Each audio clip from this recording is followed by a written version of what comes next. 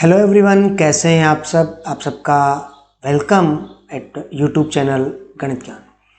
So students, आज हम बात करेंगे अपना एक नया topic and the topic name is geometric progression.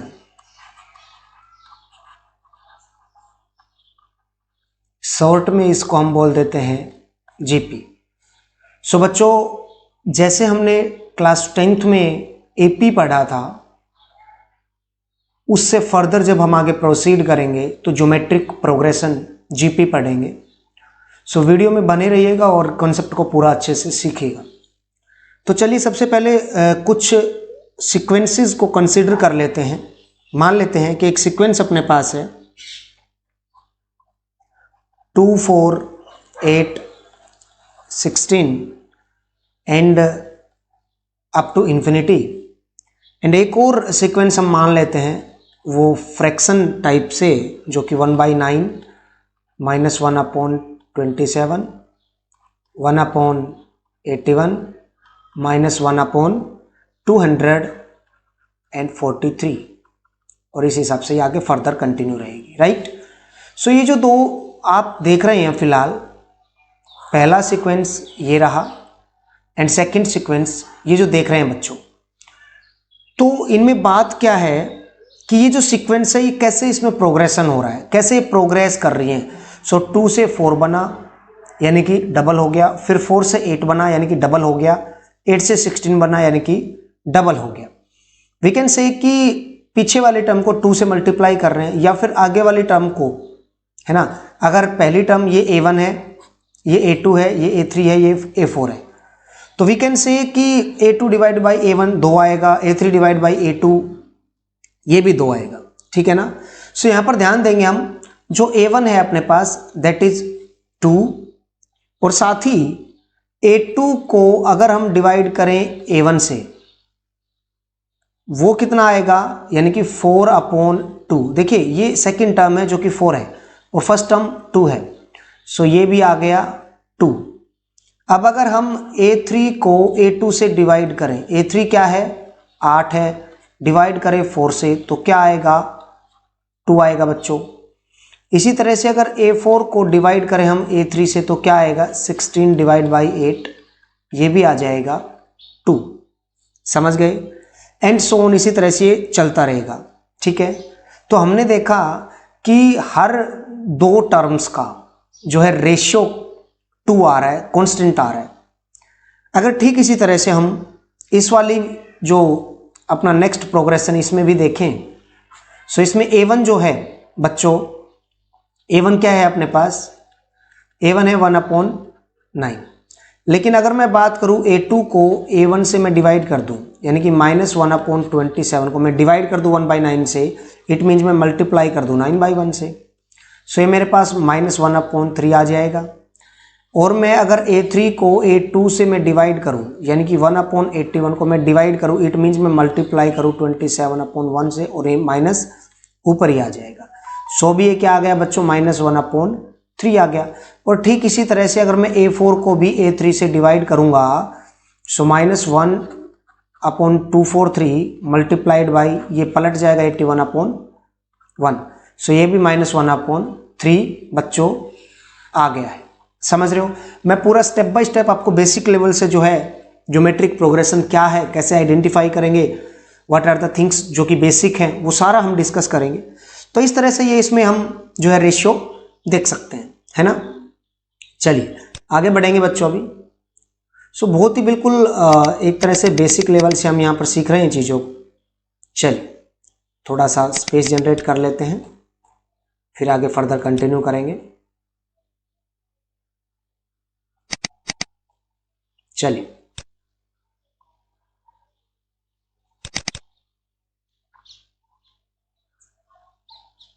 सो ये हमने देखा यहाँ पर। चलिए अभी फर्दर इसमें आगे क्या है, हमने देखा कि जो टर्म्स है ना, हर एक केस में every term except the first term. देखिए मैं यहाँ पर वर्ड्स में जो है आपके सामने लिख देता हूँ। What we notice, every term except the first term except the first term bears a constant ratio, bears a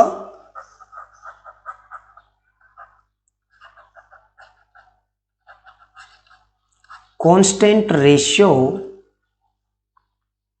to the term, कौन सी टर्म के साथ, to the term immediately preceding it,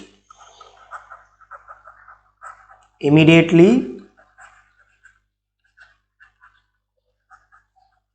preceding it, यानी कि हर एक term, जैसे कि first term को छोड़ करके, यानी कि जिसकी जो सेकंड टर्म है, थर्ड टर्म है और फोर्थ टर्म है, यानी कि 4, 8, 16, ये कांस्टेंट रेशियो बियर कर रही थी किसके साथ, पिछली टर्म के साथ, यानी कि 4 ने पिछली के साथ, पिछली टर्म जो 2 थी उसके साथ रेशियो 2 का आया, इसी तरह से 8 का जो है पिछली टर्म 4 के साथ रेशियो क्या आया, 2, और ऐसे 16 का 8 के साथ रेशियो क्या आया, 2।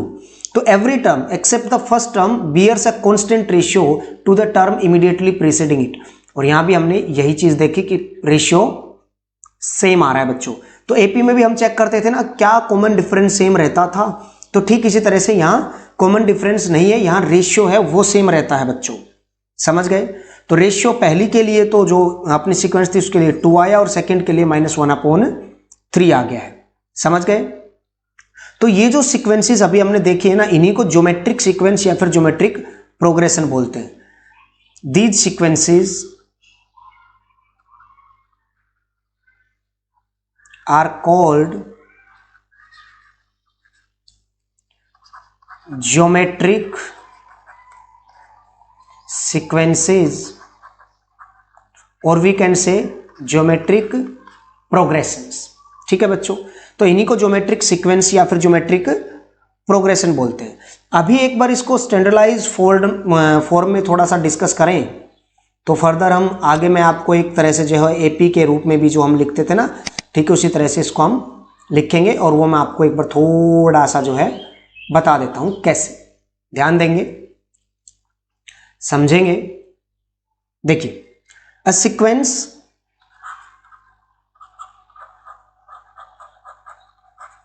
सीक्वेंस जो कि A1, A2, A3 और इस तरह से चलती जाती है और AN, ठीक है, और AN के बाद भी जाहिर सी बात AN+1 ऐसे करके चलेगी, is called geometric progression.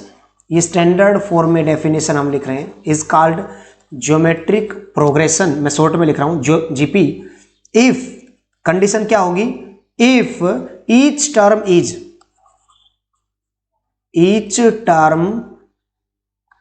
Is हर एक टर्म नॉन जीरो हो, ध्यान देंगे, हर एक टर्म क्या हो, नॉन जीरो, हर एक टर्म क्या हो, नॉन जीरो, एंड और साथ ही क्या हो, AK+1 डिवाइडेड बाई AK वो आए R, यानी कि एक टर्म का उसकी पिछली टर्म के साथ, कोई भी टर्म है AK+1 उसकी पिछली टर्म क्या होगी, AK, उसके साथ रेशियो उसका R आए। और मैं यहां पर लिख देता हूं इसको फिर से, यानी कि कोई भी टर्म है जो कि AK+1 है उसका रेशियो उसकी पिछली टर्म यानी कि AK के साथ R आए, और जो R है ये कांस्टेंट है बच्चों, R क्या है यहाँ पर, कांस्टेंट है, और ये जो K है ना, K क्या होगा यहाँ पर, K is greater than equal to 1 होगा, K क्या होगा बेटा, ग्रेटर देन इक्वल टू 1। ये जो साइन सही नहीं लगा मैं इसको एक बार सही से लगा देता हूं, K क्या होगा, ग्रेटर देन इक्वल टू 1, समझ गए, K हमेशा ग्रेटर देन इक्वल टू 1 होगा, और we can say K belongs to natural number also, ठीक है ना। सो ये समझ गए आप, इस चीज को ध्यान से देखिएगा, ये स्टैंडर्ड जो है रूप एक तरह से हम बता रहे हैं आपको। चलिए अब आगे क्या है थोड़ा सा और बताऊं, अगर हम A1 को A मान लें, अगर if A1 is equal to A, usually हम AP में भी ऐसा ही करते थे, A1 को A मान ले तो वी ऑब्टेन्ड GP, तो हमारे पास एक GP क्या बनेगी, वी ऑब्टेन GP, और वो GP क्या होगी बच्चों, A तो पहली टर्म हो गई और दूसरी टर्म क्या आएगी, R के साथ ही तो मल्टीप्लाई होगा, और तीसरी AR का स्क्वायर, और इस तरह से चलते जाएंगे where a is called the first term, और इसमें क्या होगा, where a is the first term, a क्या होगा, फर्स्ट टर्म होगा, ठीक है। And r is called the common ratio, and r is the common ratio, r क्या होगा बच्चों, कॉमन रेशियो होगा। देखो ए आर को अगर आर ए से डिवाइड करेंगे तो आर आएगा, ए आर स्क्वायर को अगर आर ए आर से डिवाइड करेंगे तो आर आएगा, समझ गए। तो इस हिसाब से ये सिंपल बन जाता है अपने पास, ठीक है। आगे common ratio of the GP लिख दिया हमने, कॉमन रेशियो, जाहिर सी बात है जीपी की ही बात करेंगे हम यहां पर। तो अभी बात क्या है, अगर कोई भी अरिथमेटिक प्रोग्रेशन होती थी, ठीक है ना, तो उसमें भी हम क्या करते थे, nth टर्म निकालते थे, है ना। तो यहाँ ज्योमेट्रिक प्रोग्रेशन है, इसमें भी काफी सारी टर्म्स होंगी, है ना। तो यहां भी अगर nth टर्म निकालनी पड़ेगी तो इसके लिए भी अपने को एक फार्मूला डेवलप करना पड़ेगा, राइट। सो इसके लिए फार्मूला डेवलप जो करना है उसके लिए भी कुछ बेसिक चीजें चाहिएंगी जो कि अपने को वहां चाहिए होती थी एपी के लिए, ठीक है ना। तो चलिए उनके बारे में भी हम बात करेंगे। आई होप आप अच्छे से चीजों को समझ पा रहे होंगे मेरे प्यारे बच्चों। चलिए नाउ ए क्या है अपने पास, फर्स्ट टर्म है, ध्यान देंगे आप लोग, राइट। आगे इसमें आर जो है कॉमन रेशियो रहता है, आर क्या रहता है, कॉमन रेशियो रहता है। और अगर एल जो है ना, एल को हम क्या बोलते हैं, लास्ट टर्म, एपी में भी तो हम ऐसा ही बोलते थे ना, तो जीपी में भी बोल देंगे। और एन है ना, एन नंबर ऑफ टर्म्स होता था, एन क्या होगा, नंबर ऑफ टर्म्स, ठीक है, समझ गए। तो अब हम बात करेंगे, क्या बात करेंगे, general term of GP. General term जैसे हमने एपी की पढ़ी थी ना, ठीक उसी तरह से हम general term of a GP, geometric progression का भी जनरल टर्म अभी हम बात करेंगे, ठीक है। तो सबसे पहले मान लेते हैं कि कोई अपने पास एक जीपी है जिसकी सारी की सारी टर्म नॉन जीरो, जैसा कि हमने बताया। तो फर्स्ट टर्म ए है और कॉमन डिफरेंस आर है, ठीक है। तो इसकी टर्म्स जो क्या होंगी, टर्म्स जो होंगी वो क्या होंगी, पहली टर्म जाहिर सी बात है ए, अगली टर्म जब कॉमन रेशियो आर है तो आर के साथ मल्टीप्लाई होगा, उससे अगला ए आर स्क्वायर, उससे अगला ए आर क्यूब, और इस हिसाब से जो है चलता जाएगा। समझ रहे हैं आप लोग, समझ रहे हैं आप लोग, एग्री। ये अपना A1 है, ये अपना A2 है, ये A3 और ये A4 है, और इस हिसाब से चलते जाएंगे और कहीं ना कहीं लास्ट में AN भी आ जाएगा, समझ गए। अब ध्यान देंगे जो फर्स्ट टर्म है, मैं अब फार्मूला जनरेट करना बता रहा हूं आपको। फर्स्ट टर्म जो है वो A1 है, यानी कि वो A है भाई, A1 और A तो हम बराबर लिखते हैं। और अगर इसको मैं लिखूं तो ये क्या लिख दूं, अगर मैं ए आर और आर की पावर 1 - 1 कर दूं, 1 - 1 यानी कि 0, और आर की पावर 0 1 यानी कि ए ही आ जाएगा। अब देखो मैं जो सेकंड टर्म अगर आपको बताऊं, यानी कि जो A2 है वो क्या है, वो ए आर है। इट मीन्स ए आर क्या है, जो n यहां पर देखो 2 है ना, तो 2 - 1, यहां 1 था ना, तो इसलिए हमने 1 - 1 करा था बच्चों, समझ गए। अभी इसी तरह से अगर मैं थर्ड टर्म की बच्चों बात करूं तो A3 क्या होगा, ए आर स्क्वायर होता है ना, बट ये आता कैसे है, ए आर 3 में से एक कम करके आता है। समझ रहे हो आप इन बातों को बच्चों, ठीक है ना। इसी हिसाब से हम चलते जाएंगे। तो एक पैटर्न अपने को मिला।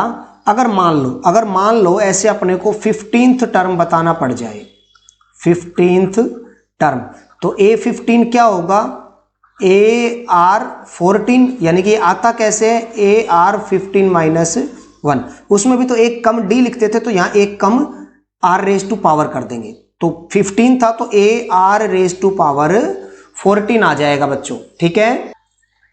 ओके, तो 15th टर्म अपने पास यहां पर इस हिसाब से बन गई है, राइट।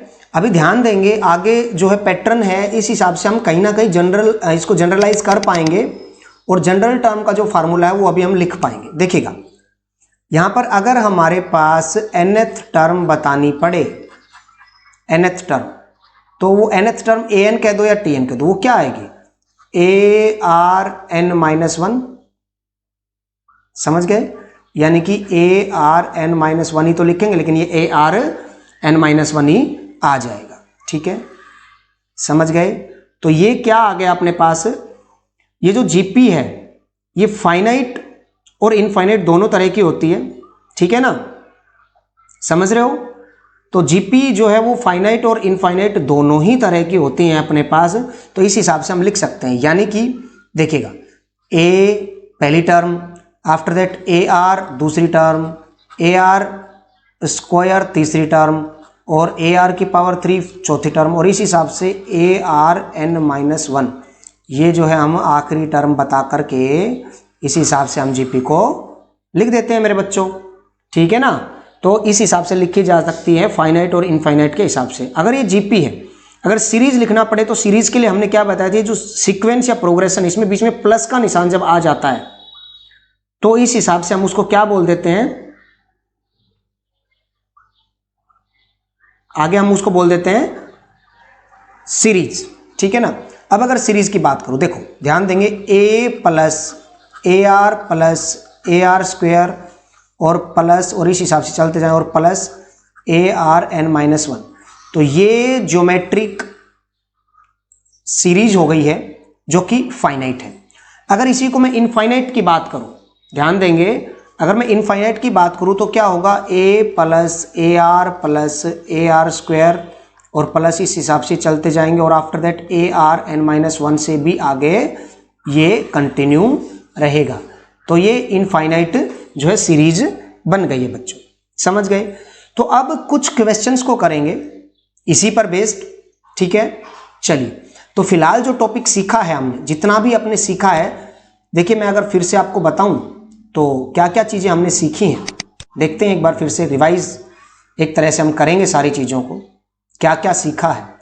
सबसे पहले हमने सीखा कि जो जीपी है वो है क्या, हमने ऑब्जर्व करा, दो सीक्वेंस थी जिनको हमने ऑब्जर्व करा, वहां से हमने देखा कि उनमें कुछ ना कुछ एक सेम रेशियो है। आफ्टर दैट उस रेशियो को देखा हमने, फिर बताया every term except the first term bears a constant ratio to the term immediately preceding it. ठीक है, तो इस टाइप की जो सीक्वेंस होती है उनको हम जीपी बोलते हैं, ऐसा हमने आपको बताया।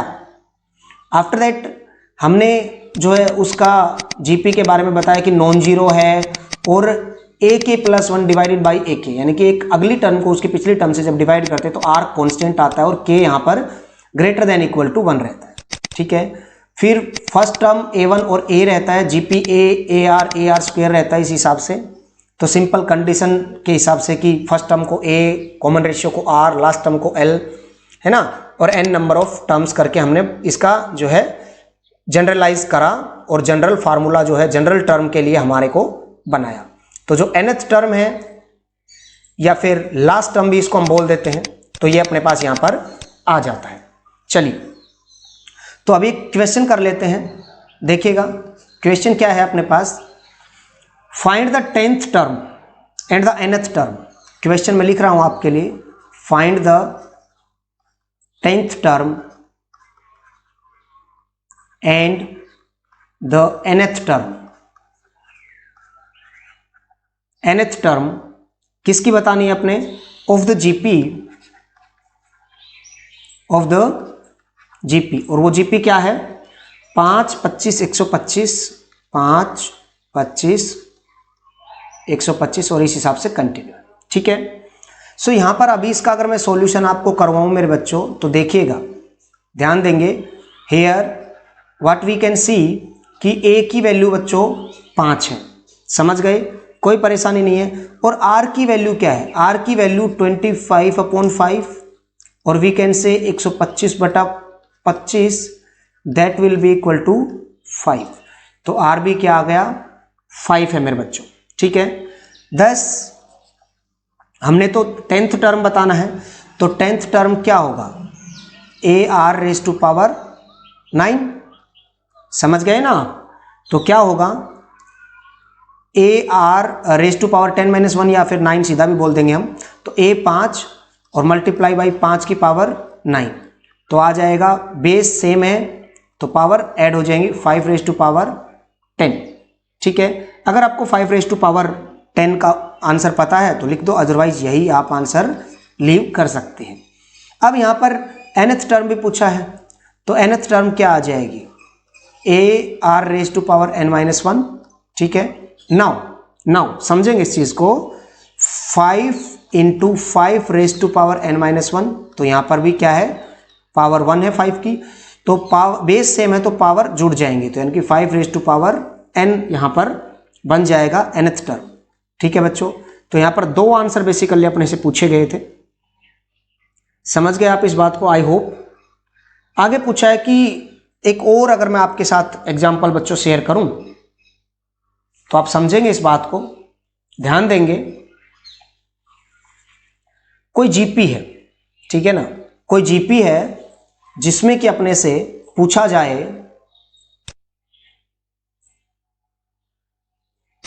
तो बच्चों ये कहीं ना कहीं आपका 11th क्लास और बीकॉम के स्टूडेंट्स के लिए फ़ायदेमंद है ये वीडियो, तो एटलीस्ट शेयर विद देम।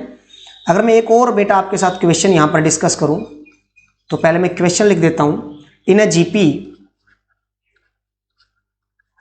एक जीपी के अंदर थर्ड टर्म, मैं बोलता हूँ थर्ड टर्म T3 या A3 इसको मैं बोल दूंगा, जो कि 24 है, और सिक्स्थ टर्म यानी कि जिसको मैं A6 या T6 कह सकता हूँ, है ना, ये 192 आ जाएगा बच्चों।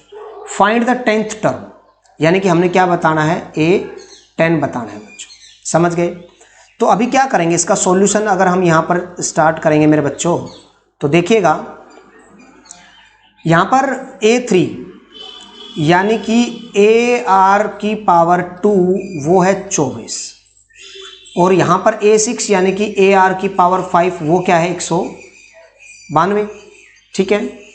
अब हम क्या करेंगे, अगर इसको इक्वेशन नंबर 1 बोले, इसको इक्वेशन नंबर 2 बोले, तो डिवाइड करने से, क्योंकि A कैंसिल हो जाएगा, dividing equation second by equation first, तो AR raise to power 5 divided by AR raise to power 2 that will be equal to 192 divided by 24। A to A cancel हो गया मेरे बच्चों, और R रेज़ टू पावर 3 आ गया, ठीक है, और 24 8 192 होगा। Now what we can see कि R cube that will be equal to 2 का क्यूब, सो कंपेयरिंग करने पर R का वैल्यू आ गया बच्चों अपने पास 2, सही है। अब जब R अपने पास 2 आ गया है यहाँ पर, तो R की वैल्यू को हम इक्वेशन 1 में पुट कर दें। चलिए थोड़ा सा स्पेस देख लेते हैं, जनरेट कर लेते हैं यहाँ पर। नाउ फिर आगे हम फर्दर प्रोसीड करेंगे। चलिए, सो R की वैल्यू को हम फर्स्ट इक्वेशन में पुट करेंगे यहाँ पर।